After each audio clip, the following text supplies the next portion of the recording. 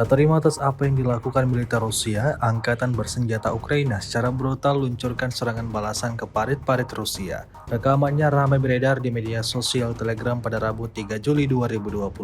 Di wilayah yang tidak disebutkan namanya dalam narasi unggahan, Brigade Penyerangan Kiev kelima melibas habis semua tentara Rusia yang terdeteksi, seperti yang terlihat dalam rekaman. Jauh sebelum melancarkan serangannya, militer Ukraina melakukan identifikasi dengan bantuan pesawat tak berawak terlebih dahulu. Tanpa berlama-lama, serangan mematikan langsung dilemparkan tentara Ukraina hingga membuat tentara Rusia kalang kabut. Satu persatu tentara Rusia tumbang saat granat Ukraina tepat mengenai sasaran.